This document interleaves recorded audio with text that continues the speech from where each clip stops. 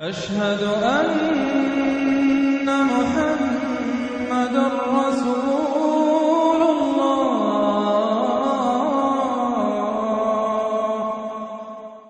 اعوذ باللہ من الشیطان الرجیم بسم اللہ الرحمن الرحیم یا ایہا الناس اتقوا ربکم الذی خلقکم من نفس واحدۃ وخلق منها زوجها وبث منهما رجالا كثيرا ونساء واتقوا الله الذي تساءلون به والارحام ان الله كان عليكم رقيبا صدق الله العظيم. رب اشرح لي صدري ويسر لي امري واحلل عقدة من لساني يفقهوا قولي. اللهم ربنا الهمنا رشدنا واعذنا من شرور انفسنا. اللهم ارنا الحق حقا وارزقنا اتباعه وارنا الباطل باطلا وارزقنا اجتنابه. اللهم وفقنا لما تحب وترضى. اللهم آنس وحشتنا في قبورنا وارحمنا بالقرآن العظيم. اللهم اجعله لنا إماما ونورا وهدى ورحمة. اللهم ذكرنا منه ما نسينا وعلمنا منه ما جهلنا وارزقنا تلاوته آناء الليل وآناء النهار واجعله لنا حجة يا رب العالمين آمين. آج ہم اللہ کا نام لے کر سورہ نساء کا ترجمہ اور مختصر تشریح شروع کر رہے ہیں. جیسا کہ میں آپ کو بتا چکا ہوں کہ قرآن مجید میں مکی اور مدنی صورتوں کے جو گروپ ہیں ان میں سے پہلا گروپ 5 صورتوں پر مشتمل ہے.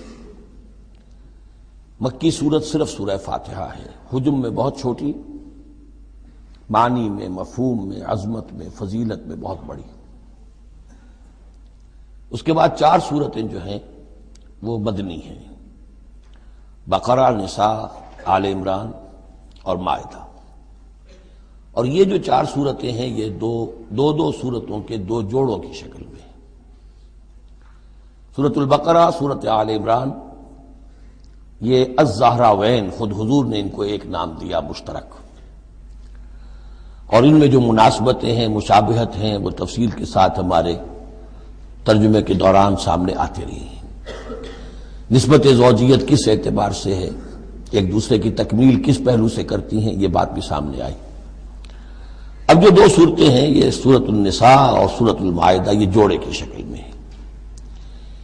ان میں ایک تو بڑا کنٹراسٹ نظر یہ آئے گا کہ سابقہ 2 صورتوں میں پہلے حروف مقطعات اور دونوں میں پھر قرآن مجید اور کتب سماویہ کی عظمت کا بیان، جبکہ ان دونوں صورتوں میں کوئی تمہیدی اس طرح کی گفتگو نہیں ہے، براہ راست خطاب ہو رہا ہے. البتہ یہ فرق ہے وہ نسبت زوجیت کے اعتبار سے کہ سورہ نساء میں خطاب ہے یا ایھا الناس، اے لوگو، خطاب عام ہے، اور سورۃ المائدہ کا آغاز ہوتا ہے یا ایھا الذین آمنوا، وہاں خاص ہے، انسانوں میں سے جو لوگ ایمان کے دعوے دار ہوں. باقی جس طرح سورہ بقرہ اور سورہ آل عمران نصفین میں منقسم ہیں، اس طرح کا معاملہ ان دونوں صورتوں کا نہیں ہے. اپنے اسلوب کے اعتبار سے یہ دونوں صورتیں سورہ بقرہ کے نصف ثانی کے مشابہ ہیں، یعنی چند مضامین کی لڑیاں چل رہی ہیں لیکن آپس میں اس طرح بٹی ہوئی ہیں، گتھی ہوئی ہیں رسی کی طرح کہ وہ نظر آئیں گی کٹواں. ایک لڑی لال ہے، ایک پیلی ہے، ایک ہری ہے، ایک نیلی ہے، لیکن جب آپ ان کو بٹ دیتے ہیں تو ایک طرف سے دیکھیں گے تو وہ کٹا پھٹا رنگ نظر آئے گا، مسلسل لال نہیں نظر آئے گا، مسلسل پیلا، نہ نیلا نہ ہرا. کھول دیں گے تو معلوم ہوگا کہ وہ تو واقعتاً ایک علیحدہ لڑی ہے، ایک نیلی ہے، ایک پیلی ہے. تو وہاں تو میں نے سورہ بقرہ میں آپ کو بتایا تھا کہ 4 ڈوریاں ہیں، 2 کا تعلق شریعت سے، شریعت میں 2 لڑیاں ہوئیں، ایک عبادات اور ایک معاملات. 2 کا تعلق ہے جہاد فی سبیل اللہ سے، ایک جہاد بالمال یعنی انفاق فی سبیل اللہ، اور ایک جہاد بالنفس کی آخری شکل یعنی قتال فی سبیل اللہ. یہ 4 کا تانا بانا سورہ بقرہ کے نصف ثانی میں تھا. یہاں سورہ نساء میں بھی آپ دیکھیں گے کہ 3 لڑیاں ہیں یہاں، اور وہ اسی طرح آپس میں گتھی ہوئی ہیں. نظر آئیں گی کٹواں، لیکن اگر آپ ان سب کو علیحدہ علیحدہ کر لیں تو وہ اپنی جگہ پر ایک علیحدہ مضمون بن جائے گا۔ لیکن یہاں پر جو خطاب ہے، ایک لڑی تو وہ ہے کہ جس میں خطاب ہے اہل ایمان سے، اور وہ اسی طریقے سے جیسے سورہ بقرہ میں وہی 4 چیزیں اس میں آئیں گی، قتال، انفاق اور احکام شریعت، عبادات۔ لیکن دوسرا خطاب ہے اس میں اہل کتاب سے، اس میں یہ کہ نصارہ اور یہود دونوں گڈمڈ ہیں، ملے جلے ہیں۔ اب اہل کتاب کا معاملہ ہے، پہلی 2 صورتوں میں علیحدہ علیحدہ مسئلہ چل رہا تھا۔ تیسرے سب سے بڑا حصہ اس سورہ مبارکہ کا وہ ہے جو منافقین سے خطاب پر مشتمل ہے، لیکن وہ اکثر و بیشتر لوگ وہاں بات سمجھ نہیں پاتے، اس لیے کہ وہاں بھی خطاب ہوتا ہے یا ایھا الذین آمنوا سے۔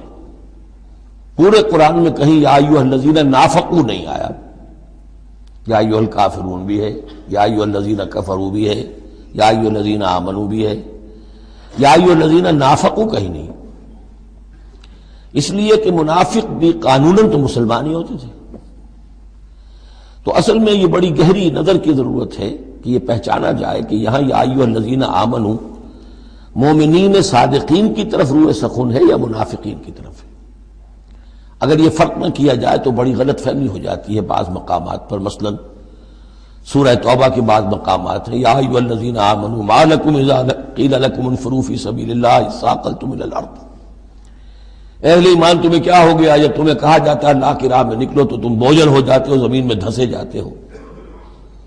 تو اس سے ایک عام سوء ظن پیدا ہو سکتا ہے کہ شاید یہ عام مسلمانوں کا مسئلہ تھا، یہ عام مسلمانوں کا مسئلہ نہیں تھا، یہ منافقین کا مسئلہ تھا۔ روح سخن وہاں منافقین کی طرف ہے، مومنین صادقین تو ہر وقت اس کے لیے آمادہ رہتے تھے کھلے دل کے ساتھ کہ واپس نہیں پھیرا کوئی فرمان جنوں کا، تنہا نہیں لوٹی کبھی آواز جرس کی، وہ تو تیار ہر وقت۔ تو اصل میں یہ دیکھنا ہوتا ہے کہ کس آیت میں رخ کس کی طرف ہے۔ اس اعتبار سے یہ سورہ مبارک کا اہم ترین ہے، لیکن سورہ بقرہ میں تو پورے میں لفظ نفاق آیا ہی نہیں۔ یہ حکمت خداوندی ہے کہ اس مرض کو پہلے چھپا کے رکھا ہے، کہ علامات تو بیان کر دی کہ یہ بیماری ہے، تاکہ جو بھی متنبہ ہو جائے وہ اپنے علاج کی طرف متوجہ ہو جائے۔ لیکن یہ کہ جو لوگ نہیں متوجہ ہوئے، معلوم ہوا کہ اب ان کو تھوڑا سا نمایاں کرنا ضروری ہے، بات اریاں کر کے کرنی پڑے گی۔ تو سورہ آل عمران میں 1-2 جگہ نفاق کا لفظ آ گیا، لیکن یہاں اب جو سب سے بڑا مضمون ہے سورہ بقرہ میں وہ منافقین کا ہے۔ یوں سمجھیے کہ 176 جو اس کی آیات ہیں، اس میں سے 55 آیتیں ہیں کہ جن کا جو میرا تجزیہ ہے روح سخن ہے مومنین صادقین کی طرف، صرف 37 آیات ہیں کہ جن میں خطاب ہے اہل کتاب سے، یہود اور نصارہ سے مشترک طور پر، اور 84 آیات ہیں جن میں خطاب منافقین سے۔ لیکن وہی بات جو میں نے عرض کی کہ جہاں بھی ان سے بات ہوگی یا ایھا الذین آمنوا کے حوالے سے ہوگی، اس لیے کہ ایمان کے دعوے دار تو وہ بھی تھے، منافق تو وہی ہوتا ہے کہ جو دعویٰ کرتا ہے ایمان کا، چاہے وہ شعوری طور پر منافق ہو چاہے غیر شعوری طور پر منافق ہو، لیکن یہ کہ دعویٰ ایمان تو اس میں موجود ہوگا۔ سورہ نساء اور سورہ مائدہ کے مابین ایک فرق نوٹ کر لیجئے۔ انسانی تمدن میں سب سے بنیادی چیز جو ہے وہ ہے معاشرہ، اور معاشرے میں عورت اور مرد کا تعلق، اور نمبر 2 جو معاشرے میں کچھ کمزور طبقات ہوتے ہیں ان کے لحاظ کا خیال، ان کے حقوق کا لحاظ کرنا، یہ مضمون آپ کو ملے گا سورہ نساء میں۔ آئلی قوانین تفصیل سے آ چکے سورہ بقرہ میں، جو رشتہ جڑتا ہے ایک مرد اور ایک عورت کے مابین ازدواج کا، جس سے کہ پھر خاندان وجود میں آتا ہے، تو وہ جو سب سے بنیادی یونٹ ہے معاشرے کا، اس کی جڑ بنیاد کا تو سارا تفصیل سے معاملہ آ چکا ہے سورہ بقرہ میں۔ سورہ آل عمران اس اعتبار سے منفرد ہے کہ اس میں شریعت کے احکام نہیں ہیں سوائے اس ایک حکم کے جو سود کے بارے میں آیا ہے، لا تاکلوا الربا اضعافا مضاعفا، کوئی اور احکام شریعت جو ہے اس میں نہیں ہے۔ لیکن یہاں اب آپ کو جو تمدن کی معاشرتی سطح کے اوپر خاص طور پر جو دبے ہوئے پسے ہوئے طبقات تھے اس معاشرے میں، ان کی ایمینسیپیشن، ان کو اوپر اٹھانا، ان کے حقوق کی طرف متوجہ کرنا، یہ آپ کو نظر آئے گا۔ پھر اس معاشرے کے اندر سیکس کا معاملہ، اگر سیکشول انارکی ہو تو تباہی پھیل جائے گی، تو اس میں ابتدائی اقدامات جو ہیں وہ اس صورت کے اندر آئے ہیں۔ سیکس ڈسپلن کیسے امپوز کرنا ہے مسلمانوں تمہیں اپنے معاشرے کے اندر، بے راہ روی سے کیسے ڈیل کرنا ہے. تو اس طریقے سے تمدن کی جو بنیادی جو منزل ہے اس پر گفتگو ہو رہی ہے. سورہ مائدہ میں جا کر پھر جو تمدن کی بلند ترین منزل ہے ریاست، اور یہ کہ پھر اعلیٰ سطح کے اوپر عدالتی نظام، چوری ڈاکہ وغیرہ کا سد باب، اس کے لیے کیا حدود ہیں، اس کے لیے کیا تعزیرات ہیں، یہ بھی آگے آئیں گی. باقی سورہ نساء میں جیسے ہے ویسے ہی سورہ مائدہ میں بھی اہل کتاب سے بھی آخری خطاب ہوگا. تو جیسا کہ میں نے عرض کیا تھا کہ یہ پہلا گروپ جو ہے اس میں دو لڑیاں ہیں. ایک ہے یہ شریعت کا گروپ ہے، شریعت شروع ہو رہی ہے، بلو پرنٹ اس کا سورہ بقرہ سے، اس کے تکمیلی احکام سورہ مائدہ میں. اور دوسرا اس میں خطاب ہے اہل کتاب کے ساتھ، وہ بھی تدریجاً بڑھ کر آخری باتیں وہ ہے کہ جو پھر سورہ مائدہ میں ہمیں ملیں گی. بس اتنی تمہید، اور اس میں بھی خاصا وقت صرف ہو گیا ہے. یا ایھا الناس اتقوا ربکم الذی خلقکم من نفس واحدۃ. اب دیکھیے معاشرتی مسائل کے ضمن میں گفتگو ہے تو ایسی بنیادی بات سے شروع کی ہے، اے لوگوں اپنے اس رب کا تقوی اختیار کر لو جس نے تمہیں ایک جان سے بنایا، وَخَلَقَ مِنْهَا زَوْجَهَا، اور اسی سے اس کا جوڑا بنایا. یہاں یہ نوٹ کرنے والی بات ہے کہ یہاں حضرت آدم کا لفظ نہیں ہے کہ آدم سے ان کا جوڑا بنایا، بلکہ نفس سے بنایا. اس میں وہ بات پوری طریقے سے ایکوموڈیٹ ہو سکتی ہے کہ یہاں مراد کیا ہے؟ نوع ایک ہے، جنسیں دو ہیں. بکرا بکری نوع ایک ہے، جنس دو ہیں. ایک ہی نوع سے، اسی نوع سے تمہارا جوڑا بنایا. ہیومن بینگز ہومو سیپینز نوع ایک ہے، اسپیشیز ایک ہے، لیکن اس کے اندر ہی سے وہ سیکشول ڈفرینسیشن جو ہوئی ہے اس کے حوالے سے جوڑا بنا ہے. یا ایھا الناس اتقوا ربکم الذی خلقکم من نفس واحدۃ وخلق منها زوجها وبث منہما. اب یہاں پر مراد ہیں وہی آدم اور حوا، ان دونوں سے پھیلا دیے زمین میں کثیر تعداد میں مرد اور عورت، رجالا کثیرا ونساء. یعنی اس تمدن انسانی کو اگر آپ ٹریس کریں گے، پیچھے لے جائیں گے، تو اس کی کامن ایک اس کی بگننگ ہے، ایک انسانی جوڑا آدم اور حوا. اس رشتے میں پوری نوع انسانی جو ہے رشتہ اخوت میں منسلک ہو جاتی ہے اس لیول پر جا کر. ایک ہے سگے بہن بھائی، ایک ہے دادا دادی پر جا کر کزنز مل جائیں گے، پردادا پردادی پر جا کر اور ایک لمبا حلقہ ہو جائے گا. چلتے جائیے تو آدم و حوا کی نسل جو ہے وہ جا کر آخر بالآخر ایک پیرنٹس ہیں، ایک کپل ہے، آدم اور حوا. واتقوا اللہ الذی تساءلون بہ والارحام. اور اس دیکھیے ایک ہی آیت میں دوسری مرتبہ پھر تقوی کا حکم، اور تقوی اختیار کرو اس اللہ کا جس کا تم ایک دوسرے کو واسطہ دیتے ہو. آپ کو معلوم ہے کہ دنیا میں فقیر بھی مانگتا ہے تو اللہ کے نام پر مانگتا ہے، اللہ کے واسطے مانگتا ہے. اور اکثر و بیشتر معاملات جو تمدنی ہوتے ہیں، گھریلو جھگڑے ہوں، ان کو بھی جب نمٹانا ہوتا ہے تو آخر کار کہنا پڑتا ہے کہ اللہ کا نام مانو اور تم یہ بات چھوڑ دو، اپنی عزت سے باز آ جاؤ. تو جہاں آخری اپیل کرنی ہے اللہ کے حوالے سے تو اس کا تقوی اختیار کرو. تو یہ جھگڑے ہو گئی نہیں، اس کے احکام پر چلو.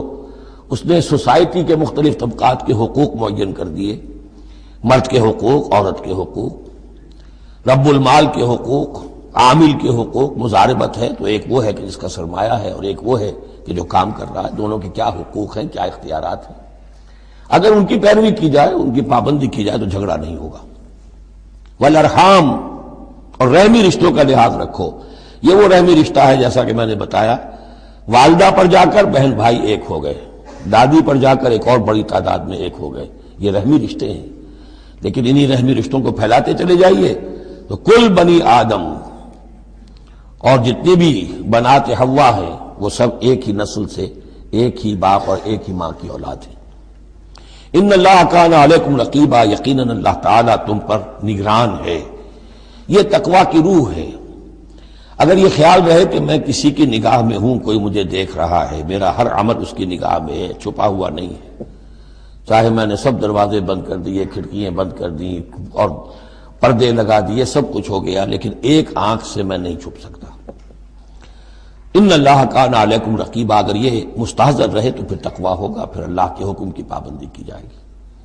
اب دیکھیے یہ حکمت نبوت ہے صلی اللہ علیہ وسلم، اس آیت کو حضور نے خطبہ نکاح میں شامل کیا، کیونکہ نکاح کا موقع کیا ہوتا ہے کہ ایک مرد ایک عورت کے درمیان پھر وہی رشتہ ازدواج قائم ہو رہا ہے، آدم کا ایک بیٹا، حوا کی ایک بیٹی، پھر اسی رشتے میں منسلک ہو رہے ہیں جس میں کہ آدم اور حوا تھے، جس طرح ان سے نسل پھیلی ہے اب ان سے آگے نسل بڑھے گی۔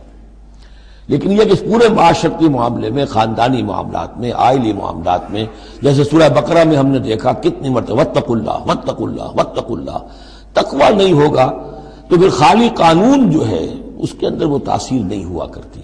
قانون کو تو تختہ مشق بھی بنایا جا سکتا ہے، وَلَا تَتَّخِذُوا آیَاتِ اللَّهِ هُزُوًا، اللہ کی آیات کا ٹھٹا ہی نہ بنا دو، کہ قانون کا تقاضا تو پورا ہو رہا ہے لیکن اس کی جو روح ہے وہ بالکل ختم ہو جاتی ہے۔ وَآتُوا الْيَتَامَىٰ أَمْوَالَهُمْ، اور وہ جو دبے ہوئے طبقات ہیں ان میں سے یتیم ایک اہم طبقہ تھا، ان کے کوئی حقوق نہیں تھے، مال ان کے ہڑپ کر لیے جاتے تھے، کمزور تھے۔ وَآتُوا الْيَتَامَىٰ أَمْوَالَهُمْ وَلَا تَتَبَدَّلُوا الْخَبِيثَ بِالطَّيِّبِ، ان کا مال جو ہے اس میں سے اچھا مال لے لیا، برا ان کو اپنا برا مال ان میں شامل کر دیا۔ انہیں کیا پتہ چلا؟ اگر اول تو یہ کہ ہڑپ ہی کر گئے، نہیں تو بہت متقی ہوئے تو چلیے تعداد پوری کر دی، لیکن یہ کہ ان کا جو اچھا مال تھا اپنے طرف لے لیا اور ردی مال ادھر لگا دیا۔ وَلَا تَأْكُلُوا أَمْوَالَهُمْ إِلَىٰ أَمْوَالِكُمْ، اور ان کے مال اپنے مالوں میں شامل کر کے ہڑپ نہ کرو۔ إِنَّهُ كَانَ حُوبًا كَبِيرًا، یقیناً یہ بہت بڑا گناہ، بہت بڑے بوال کی بات ہے۔ وَإِنْ خِفْتُمْ أَلَّا تُقْسِطُوا فِي الْيَتَامَىٰ، اور اگر تمہیں اندیشہ ہو کہ تم یتیم بچیوں کے بارے میں انصاف نہیں کر سکو گے، یعنی یتیم ایک تو لڑکا ہوا، چلیے اس کی ایک زندگی ہے، ایک خاص حد کو پہنچنے کے بعد وہ ایک انڈیپینڈنٹ لائف اختیار کر لے گا۔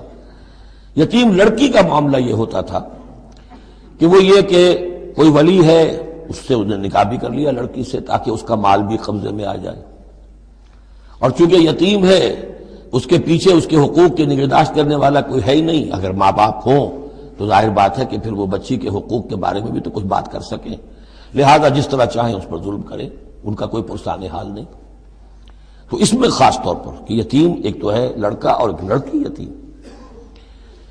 وَآتُوا الْيَتَامَىٰ، اسے منکرین سنت نے، منکرین حدیث نے اس آیت کو مختلف طریقے سے وہ تعبیر کیا ہے، لیکن وہ میں یہاں اس وقت بیان نہیں کر سکتا۔ جو مفہوم میں صحیح سمجھتا ہوں، جو سلف سے چلا آ رہا ہے، جو حضرت عائشہ صدیقہ رضی اللہ تعالی عنہا سے مروی ہے، تو میں وہی بات بیان کر رہا ہوں۔ یہاں جو ہے دوسری آیت میں، یہ تیسری آیت میں، وہ یتامہ سے مراد ہے یتیم بچیاں، یتیم خواتین۔ وَإِنْ خِفْتُمْ أَلَّا تُقْسِطُوا فِي الْيَتَامَىٰ فَانكِحُوا مَا طَابَ لَكُم مِّنَ النِّسَاءِ مَثْنَىٰ وَثُلَاثَ وَرُبَاعَ، تو پھر یہ ہے کہ تم ان یتیم بچیوں سے نکاح مت کرو، اور تمہیں جو پسند ہو، اگر ضرورت ہے دو دو تین تین چار چار کی حد تک تمہیں اجازت ہے، نکاح کر سکتے ہو۔ تعدد ازدواج کی یہی آیت قرآن مجید میں۔ لیکن یتیم بچیوں کے تم ولی بن کر کہیں اور ان کی شادی کرو تاکہ ان کے حقوق کے لیے پاسبان بن کر تم کھڑے ہو سکو، ورنہ یہ کہ تم نے انہیں اپنے گھروں میں ڈال لیا تو پھر ان کے حقوق کا کون ہوگا جو باز پرس کر سکے تم سے۔ فَإِنْ خِفْتُمْ أَلَّا تَعْدِلُوا، البتہ یہ جو ہم نے آزادی دی ہے دو دو تین تین چار چار، اس کی ایک شرط ہے، اور وہ یہ کہ اگر دو شادیاں ہیں، تین ہیں، چار ہیں، تو عدل ہو۔ وَإِنْ خِفْتُمْ أَلَّا تَعْدِلُوا، اگر تم ان میں برابری نہ کر سکو، یہ اندیشہ ہو، فَوَاحِدَةً، تو پھر ایک ہی شادی کرو، ایک ہی بیوی، اس سے زائد نہیں۔ او ما ملکت ایمانکم، اور دوسرا کھاتا یہ ہے، یا جو تمہاری ملک یمین ہو، جو لونڈیاں ہوں، جو جنگوں میں غزوات میں جو بھی آتی تھی، وہ ایک علیحدہ معاملہ ہے، ان کی تعداد کے اوپر کوئی تعین نہیں ہے، لیکن پھر شادی ایک ہوگی۔ اگرچہ اس میں آگے چل کر بات آ جائے گی کہ اس انصاف میں قلبی رجحان اور میلان شامل نہیں ہے، جو چیز گنتی کی ہو سکتی ہے، ٹائم کتنا گزار رہے ہو، کس بیوی کے پاس کتنا، سب اس میں مساوات ہونی چاہیے۔ نان نفقہ کیا دے رہے ہو، کپڑے کیسے دے رہے ہو، ان تمام چیزوں میں جو کاؤنٹ ہو سکتی ہیں، جو مادی چیزیں ہیں، جو دیکھی بھالی جا سکتی ہیں، اس میں انصاف اور عدل لازم ہے۔ البتہ دلی رجحان اور میلان جس پر کہ انسان کو قابو نہیں ہوتا، اس میں گرفت نہیں ہے۔ ذالک ادنیٰ اللہ تعولوا، یہ اس سے قریب تر ہے کہ تم ایک ہی طرف کو نہ جھک پڑو، کہ ایک ہی بس بیوی کی طرف سارا میلان ہے، رجحان ہے، اور جیسا کہ آگے آئے گا کہ دوسری جو ہے یا دوسری جو ہیں وہ معلق ہو کر رہ گئی ہیں کہ نہ وہ شوہروں والی ہیں اور نہ وہ آزاد ہیں کہ کہیں اور نکاح کریں۔ وآتوا النساء صدقاتہن نحلا، اور عورتوں کو ان کے مہر خوش دلی کے ساتھ دیا کرو، اس کو تاوان سمجھ کے نہ دیا کرو۔ یہ صدقات جو ہے صداق کی جمع ہے، اور صدقے کی جمع ہے صداقات، دال پر زبر ہو تو صدقے کی جمع، اور دال پر پیش ہے صدقات تو یہ صداق کی جمع ہے۔ فَإِن طِبْنَ لَكُمْ عَنْ شَيْءٍ مِّنْهُ نَفْسًا، پھر اگر وہ خود اپنی مرضی سے، اپنی رضامندی سے اس میں سے کوئی چیز تمہیں دے دیں، تم نے مہر جو انہیں دیا تھا وہ تم نے ادا کر دیا، اب وہ تمہیں کوئی ہبہ کر رہی ہیں، تمہیں اس میں سے کوئی چیز جو ہے ہدیہ کر رہی ہیں، تحفہ دے رہی ہیں، تو کوئی حرج نہیں۔ فَكُلُوهُ هَنِيًّا مَرِيًّا، تو تم اسے استعمال میں لاؤ، کھاؤ لچتا پچتا، اس میں کوئی حرج نہیں ہے، لیکن یہ ہے کہ وہ ہو ان کی مرضی سے، زبردستی نہیں، جبر کر کے نہ لے لیا جائے۔ فَإِن طِبْنَ لَكُمْ عَنْ شَيْءٍ مِّنْهُ نَفْسًا، بالکل اپنی مرضی سے۔ وَلَا تُؤْتُوا السُّفَهَاءَ أَمْوَالَكُمُ الَّتِي جَعَلَ اللَّهُ لَكُمْ قِيَامًا وَارْزُقُوهُمْ فِيهَا وَاكْسُوهُمْ وَقُولُوا لَهُمْ قَوْلًا مَّعْرُوفًا۔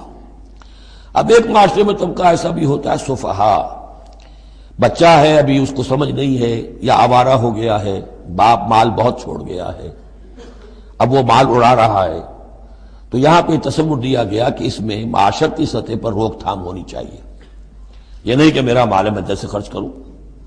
تو اموالکم کہا گیا، یہ اصل میں ایک معاشرے کی ایک مشترک سی چیز ہے، مشترک بہبود کے لیے ہے، چاہے انفرادی ملکیت ہے لیکن پھر بھی اس معاشرے کی اس کے اندر مشترک بہبود ہونی چاہیے۔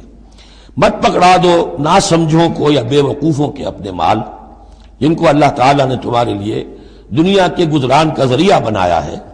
وارزقوہم فیہا، ہاں انہیں رزق دیتے رہو اس میں سے، وکسوہم، کھلاتے رہو پلاتے رہو، وقولوا لہم قولا معروفا، اور ان سے بات کیا کرو البتہ نرم، اچھے انداز میں۔ یہ اصول تھا جس کے تحت کہ برٹش انڈیا میں کورٹ آف وارز مقرر ہو جاتے تھے، کہ اگر کوئی بڑا جاگیردار ہے، کوئی نواب ہے، اور وہ فوت ہو گیا، اس کا بیٹا جو ہے آوارہ ہے، اور اس کی جو اندیشہ ہے کہ اسے کچھ اڑا دے گا، ختم کر دے گا، تو کورٹ آف وارز ہو جاتا تھا، حکومت جو ہے وہ اس کا چارج لے لیتی تھی، اس کے لیے سالانہ اس میں سے، اس کی آمدنی میں سے وظیفہ ہوتا تھا، اس میں اپنا خرچ کرے، لیکن یہ ہے کہ باقی چیزیں جمع رہتی تھی تاکہ یہ ان کی آئندہ نسل کے کام آ سکے۔ وَابْتَلُوا الْيَتَامَىٰ حَتَّىٰ إِذَا بَلَغُوا النِّكَاحَ، اور یتیموں کی دیکھ بھال کرتے رہو، جانچ پرکھ کرتے رہو، دیکھتے رہو کہ ان کے اندر کبھی شعور پیدا ہو گیا یا نہیں۔ فَإِنْ آنَسْتُم مِّنْهُمْ رُشْدًا، تو جب تم دیکھو ان میں کہ اب یہ باشعور ہو گئے ہیں، سمجھدار ہو گئے ہیں، فَادْفَعُوا إِلَيْهِمْ أَمْوَالَهُمْ، تو ان کے اموال ان کے حوالے کر دو۔ وَلَا تَأْكُلُوهَا إِسْرَافًا وَبِدَارًا أَن يَكْبَرُوا، اور دیکھو اس مال کو کھانے کی کوشش نہ کرو، ہڑپ نہ کرو جلدی سے، کہ ایسا نہ ہو کہ بچے جوان ہو جائیں تو یہ مال تو دے ہی دینا ہے میں نے، تو اس سے پہلے جتنا بھی اس کو میں کھا جاؤں کھا لوں۔ وَمَنْ كَانَ غَنِيًّا فَلْيَسْتَعْفِفْ، اگر کوئی جو ولی ہے یتیم کا وہ غنی ہے، اللہ نے اسے خود دے رکھا ہے، کشائش ہے اس کے پاس، تو پھر اسے یتیم کے مال میں سے کچھ بھی لینے کا حق نہیں ہے، پھر اسے یتیم کے مال سے بچتے رہنا چاہیے۔ وَمَنْ كَانَ فَقِيرًا، اور اگر کوئی خود تنگ دست ہے، محتاج ہے، اب ظاہر بات ہے وہ یتیم کی کچھ نگہداشت بھی کر رہا ہے، اس کا کچھ وقت بھی اس پہ صرف ہو رہا ہے، تو فَلْيَأْكُلْ بِالْمَعْرُوفِ، تو معروف طریقے سے، بھلے انداز میں، جو کہ معقول انداز ہو، اس میں سے اگر وہ یتیم کے مال میں سے کچھ کھا بھی لے تو کوئی حرج نہیں ہے۔ اسلام کی تعلیم بڑی فطری ہے، اس کے اندر وہ بندشیں نہیں ہیں کہ جو ان نیچرل ہوں، جن پر عمل کرنا ناممکن ہو جائے۔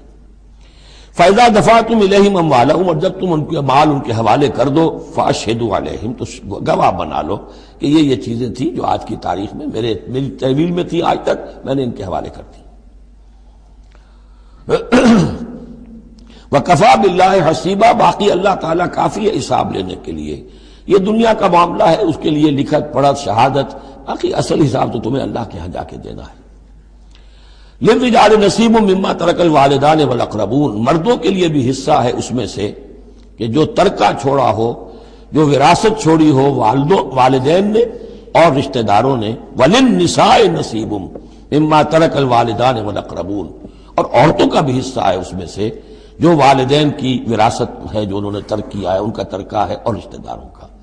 یہاں پہلی مرتبہ اب عورت کو وراثت کا حق دیا جا رہا ہے، ورنہ عرب کے معاشرے میں عورت کا کوئی حق وراثت نہیں تھا۔ یہاں پہ فرمایا گیا کہ مما قل منہ او کثر، چاہے وہ وراثت تھوڑی ہو چاہے زیادہ ہو، قانون جو ہے اللہ کا اس کو اس کے اوپر پورے طور سے نافذ ہونا چاہیے. نصیبا مفروضہ، اور یہ حصہ ہے اللہ کی طرف سے فرض کیا گیا. اب میں آپ کو نوٹ کراؤں گا کتنی مرتبہ یہ تاکید ہو رہی ہے اس قانون وراثت کی، اور آپ اگر ساتھ ہی دیکھتے رہیں کہ کتنی دجیاں اس کی بکھرتی ہیں ہمارے معاشرے کے اندر، کوئی اس کا لحاظ نہیں. اور بڑا جو ہمارا خاص طور پر ایک علاقہ ہے کہ جہاں ویسے نماز روزہ بہت ہوتا ہے، تو بیٹیوں کو کوئی وراثت میں کوئی حصہ دینے کے لیے وہ کسی صورت تیار نہیں ہوتے. شریعت کے کچھ چیزیں جو ہیں وہ بہت اہم ہیں، اور شریعت کی یہ چیزیں جو ہیں کس قدر تاکید کے ساتھ آ رہی ہیں، یہ کہتے ہیں یہ رواج کے تحت ہوگا. وَإِذَا حَضَرَ الْقِسْمَةَ أُولُو الْقُرْبَى، اور جب وراثت کی ترکے کی تقسیم ہو رہی ہو تو اب اگر وہاں کچھ قرابت دار بھی آ جائیں، والیتامى یتیم بھی آ جائیں، والمساکین کچھ محتاج بھی آ جائیں، فارزقوہم منہ وقولوا لہم قولا معروفا، تو انہیں بھی کچھ دے دلا دو اس میں سے، کیونکہ اس وقت دیکھ رہے ہیں تقسیم ہو رہی ہے، وہ بالکل محتاج ہیں، تو احساس محرومیت جو ہے اس کو کسی نہ کسی درجے میں جو بھی اس کے اندر کچھ ان کی بداوا ہو سکتا ہو کرو. وَقُولُوا لَهُمْ قَوْلًا مَعْرُوفًا، ان سے بات کرو تو بڑے اچھے انداز میں، جھڑکو نہیں کہ ہماری وراثت تقسیم ہو رہی تم کون آ گئے یہاں پہ. وَلْيَخْشَ الَّذِينَ لَوْ تَرَكُوا مِنْ خَلْفِهِمْ، ڈرتے رہنا چاہیے ان لوگوں کو کہ اگر انہوں نے بھی چھوڑے ہوتے اپنے پیچھے ذُرِّيَّةً ضِعَافًا، چھوٹے بچے اپنی نسل چھوڑ کر اگر وہ گئے ہوتے اور یتیم بچے ہوتے ان کے، خافوا علیہم، تو کیسے کیسے اندیشے ہونے ہوتے اپنے ان بچوں کے بارے میں.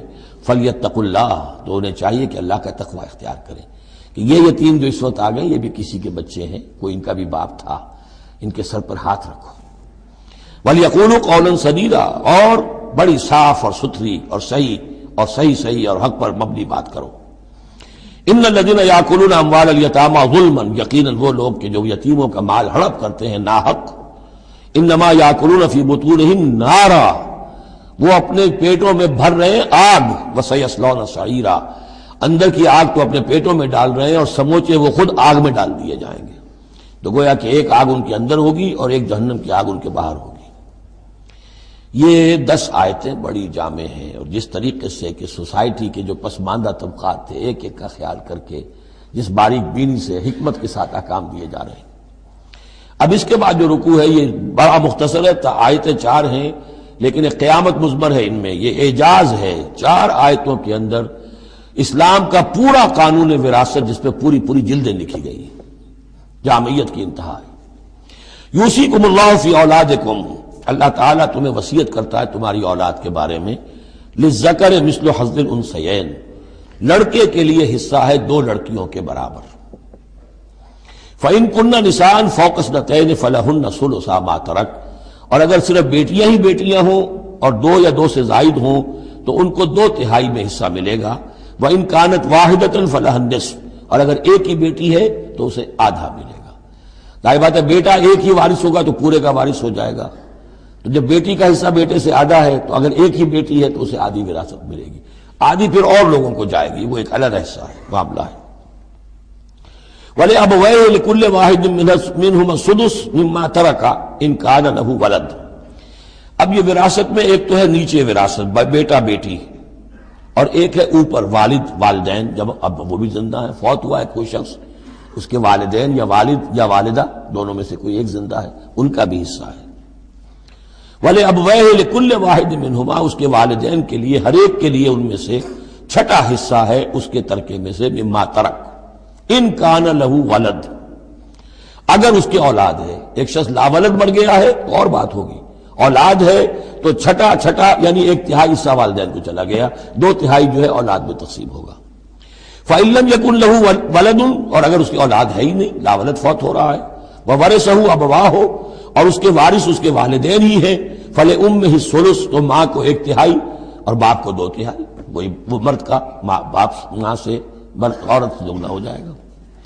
فَإِن كَانَ لَهُ إِخْوَةٌ، اور اگر اس کے بہن بھائی ہو، فَلِأُمِّهِ السُّدُسُ مِن بَعْدِ وَصِيَّةٍ يُوصِي بِهَا أَوْ دَيْنٍ، تو پھر ماں کا حصہ جو ہے وہ پھر اور کم ہو جائے گا، چھٹا حصہ رہ جائے گا سلس کی بجائے، تاکہ باپ کی طرف سے تو پھر بھائیوں کو وراثت جا سکے گی اس کے. لیکن ساتھ فرما دیا من بعد وصیت یوصی بہا او دین، وراثت کی تقسیم سے پہلے 2 کام کر لینے ہوں گے کہ اگر کوئی وصیت کی ہے اس وصیت کو پورا کیا جائے، اگر کوئی دین ہے جو فوت ہوا ہے، اس پر کوئی قرض ہے، وہ ادا کیا جائے، پھر جو ہے وراثت ادا ہوگی۔ من بعد وصیت یوصی بہا او دین آباؤکم و ابناؤکم لا تدرون ایہم اقرب لکم نفعا، تمہارے باپ یا تمہارے بیٹے تم نہیں جانتے کہ ان میں سے کون تمہارے لیے زیادہ نافع ہے، زیادہ قریب ہے نفع کے اعتبار سے۔ فریضۃ من اللہ، یہ تم اپنی عقلوں کو چھوڑو، اللہ کی طرف سے یہ فرض ہے۔ فریضۃ من اللہ، یعنی آدمی سمجھے میرے بوڑھے والدین ہیں، خام خواہ ان کے لیے حصہ کائے کو رکھ دیا ہے، کھا پی چکے، زندگی گزار چکے، وراثت تو ملنی چاہیے اولاد کو، بیٹا بیٹی کو نہیں۔ اللہ کا حکم مانو، آباؤکم و ابناؤکم لا تدرون ایہم اقرب لکم نفعا فریضۃ من اللہ ان اللہ کان علیما حکیما، یقیناً اللہ تعالی علیم اور حکیم ہے، اس کا کوئی حکم علم اور حکمت سے خالی نہیں۔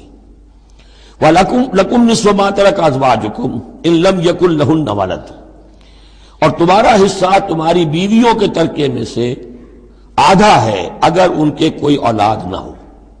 بیوی فوت ہو رہی ہے اور اس کے کوئی اولاد نہیں ہے تو جو کچھ چھوڑ رہی ہے اس میں سے نصف جو ہے شوہر کا ہو جائے گا، باقی نصف جو ہے وہ بیوی کے بھائیوں وغیرہ کو جائے گا، لیکن شوہر کا نصف ہو گیا۔ فَإِن كَانَ لَهُنَّ وَلَدٌ، اور اگر اس کی اولاد ہے، فَلَكُمُ الرُّبُعُ مِمَّا تَرَكْنَا، پھر تمہارے لیے چوتھائی حصہ ہوگا اس میں یہ جو اس نے چھوڑا ہے، باقی تین چوتھائی اس کی اولاد میں تقسیم ہو جائے گا۔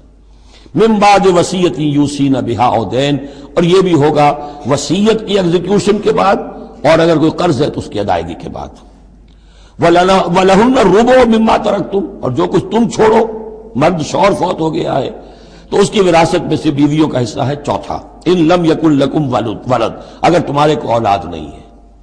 فَإِن كَانَ لَكُمْ وَلَدٌ، اور اگر تمہارے اولاد ہے، فَلَهُنَّ الثُّمُنُ مِمَّا تَرَكْتُمْ من بعد وصیت توصون بہا او دین، تو پھر تو ان کے لیے آٹھواں حصہ ہے۔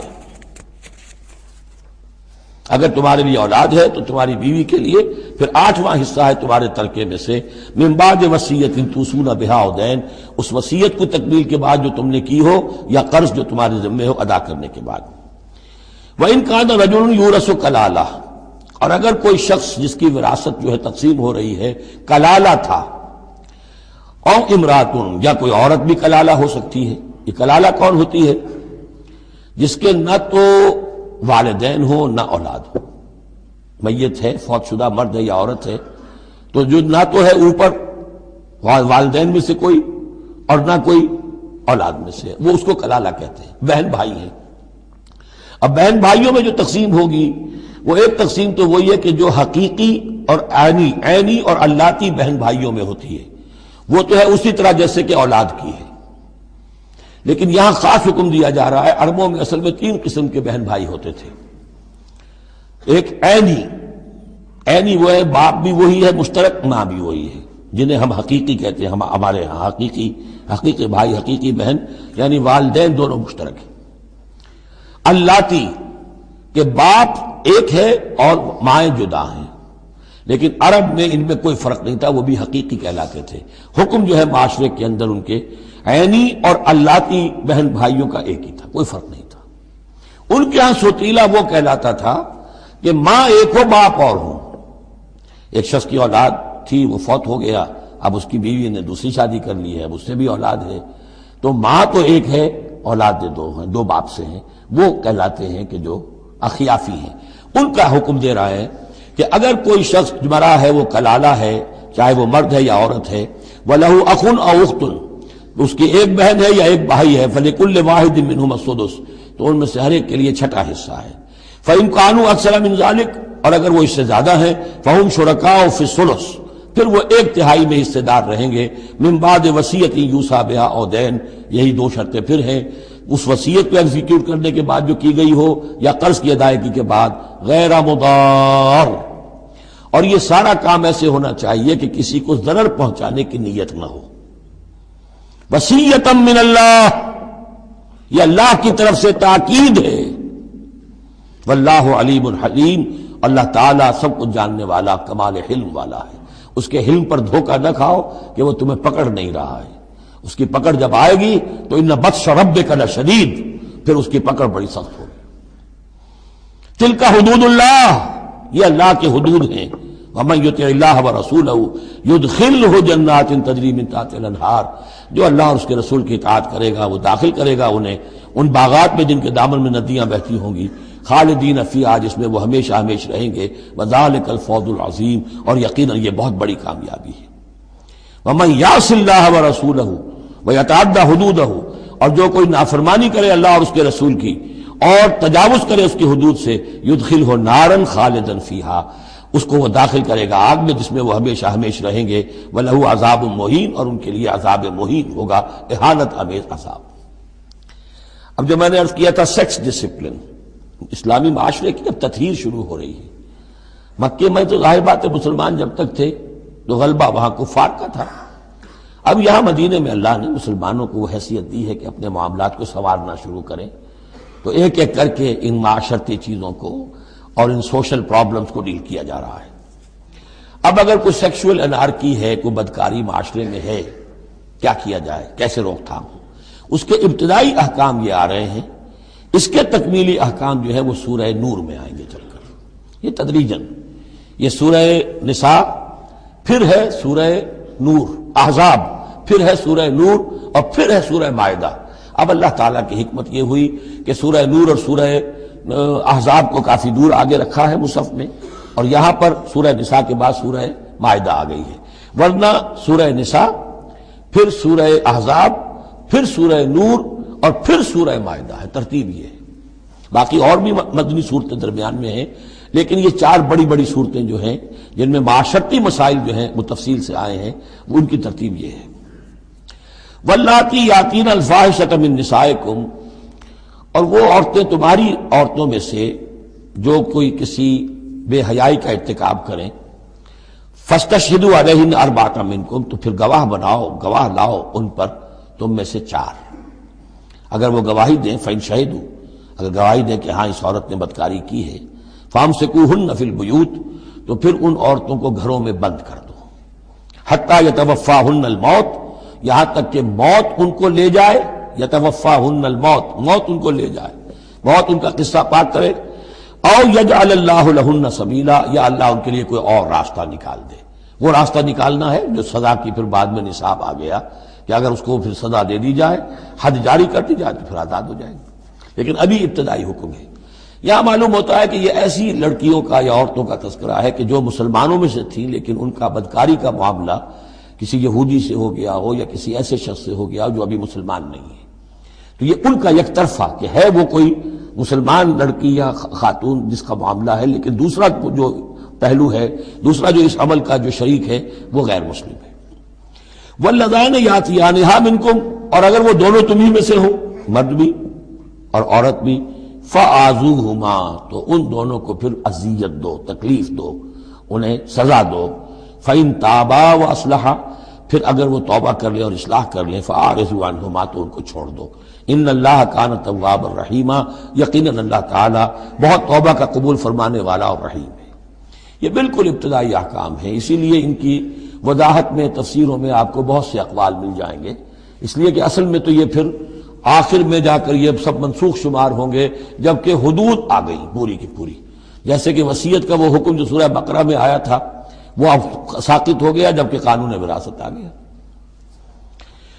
اب وہ آیت آئی ہے کہ جو بہت بڑی حکمت کی آیت ہے، جس کا حوالہ اس سے پہلے بھی میں نے کبھی دیا ہے، انما التوبۃ علی اللہ للذین یعملون السوء بجہالۃ، اللہ کے ذمے ہے توبہ قبول کرنا ایسے لوگوں کی جو کوئی برا حرکت کر بیٹھتے ہیں جہالت اور نادانی میں، ثم یتوبون من قریب، پھر فوراً توبہ کرتے ہیں۔